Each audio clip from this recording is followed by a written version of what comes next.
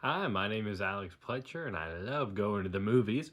So I saw two movies this weekend, and I really enjoyed one, and pretty lukewarm on the other. But I thought we would just tackle them both in one video, make a double feature, if you will. I'm on location from a closet. No, I'm in Augusta, Georgia, North Augusta, South Carolina, to be specific.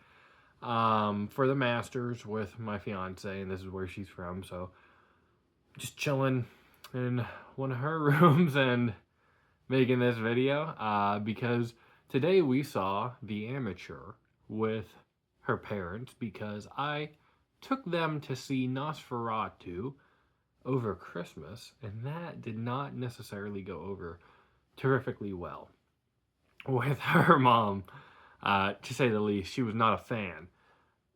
But I had a feeling, as much as The Amateur did not look like it appealed to me, that it would appeal to them because they like CSI, FBI, those type of shows. And this was very much that. So I'm going to start with The Amateur today. And beginning with the things that I liked about it, I thought it was a very unique concept. I don't know if I necessarily care for the idea of hacker as a main character in an action movie. It's kind of always been relegated to a side role for a reason. And I know that sounds very ignorant to say, and there's plenty of movies I'm sure that you could make with a hacker as the lead character, but watching this movie was a big example of what not to do, in my opinion, which is make it very boring, very um just silly, to be honest. What he's doing is kind of dumb. It's like the most obtuse and strange way of going about what he's doing. I'm all good. I'm all good with a very simple like revenge story plot with a my wife was taken from me, so I'm gonna get you back type plot. I don't ever need it to be that much more complicated than that if you deliver some kick-ass action. And this just did not have that at all for me. And that was never even the point, because the whole point is that he's Rami Malek, so he's not going to be kicking ass. It's going to be, I have a device under your pool that's going to pressurize it to explode. And it's like, okay, whatever. That's just not cool for me. So, needless to say, I was not too big on this movie. It is not a disaster, and it's not even that bad. I will just say it's not my type of movie. I found it to be very uninteresting and boring. But it's not bad. It's not poorly done.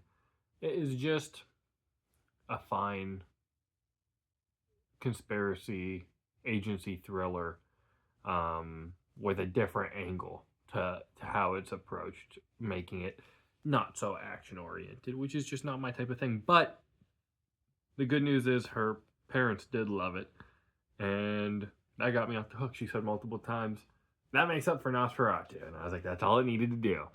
Didn't need to be a home run for me. All I needed to do was make up for Nosferatu. Moving on to the good movie of the week, we have Warfare. A24 produced this. Alex Garland co-directed it with Ray Mendoza, the veteran who this is based off of his memories and those he was with.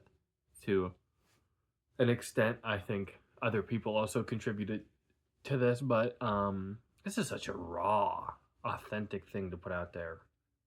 I can't imagine going through this and then approaching it and depicting it in the way that this did, but it was excellently handled. And I thought, right after I saw Civil War, wow, that didn't work for me. The script was a little too annoying and just wasn't all about it. But the action sequences and the sound of those action sequences was phenomenally handled. And I'd love to see that in a movie with a less annoying script. And that's what this is.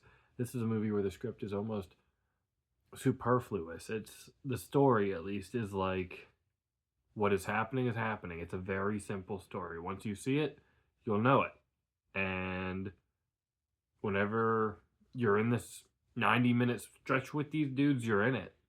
And it's not about the story. It's not about character growth. It's about what happens next. And it's a cinematic experience that I've not experienced many things like, and in a very good way. I thought this was terrific. The lack of story did not bother me at all because the story it told, simple as it was very engaging and very well done. This movie rocked. The action sequences were phenomenal. The gore was insane. Alex Garland is making jingoist movies and he's British. And I'm like, okay. Guy Ritchie's The Covenant coded? Like, okay, go off. It's so strange to me that these dudes are making apolitical, just purely American military focused movies.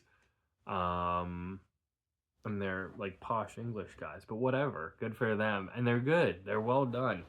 And this one was a significant mark better than Civil War.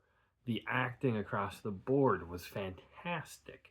The dude who's playing the Ray Mendoza character, he has like a yellow helmet on, and he's the one in charge of like everything. He's getting shit done. He is on the comms while also doing a tourniquet and, you know, dragging this guy in.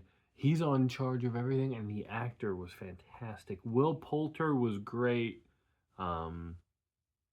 Joseph Quinn was in this. He was giving a performance that's going to be really funny for people who like discover him with something like The Human Torch and want to like go back and see like, oh, I like the actor that plays Johnny Storm. I'm going to go see what's in the rest of his filmography. Like whenever you're a kid and you're like, oh, I love Tobey Maguire. I'm going to go watch Brothers. Or, oh, I love Jessica Alba. Time to watch Good Luck Chuck because of Spider-Man and Fantastic Four.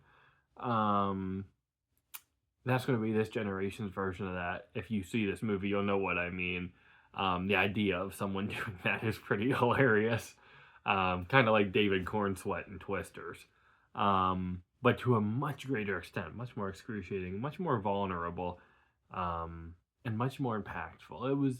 It was just a very impactful movie. The sound design was fantastic and very, very edge of your seat thrilling stuff.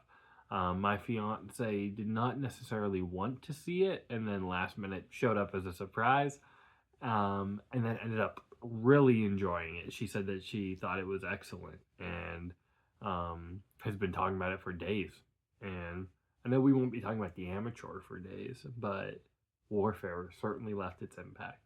So of the 3 movies that came out this weekend, because I saw Drop as well, as you know, if you saw my review of that, 2 of them were really solid, really good movies. Warfare and Drop were great and worth a trip out to the theaters to go see. I'm going to Tokyo, Japan for Star Wars Celebration this week, so I will not be able to catch Sinners in theaters before I go, unless they do a surprise early access screening in Pittsburgh on Tuesday, because that's when I'll be getting up there. But they are doing an early access showing of The Accountant too, which I very well may make the trip out for. So who knows what I'll see next in theaters, but whatever you do, I hope you enjoy it. Thanks for watching.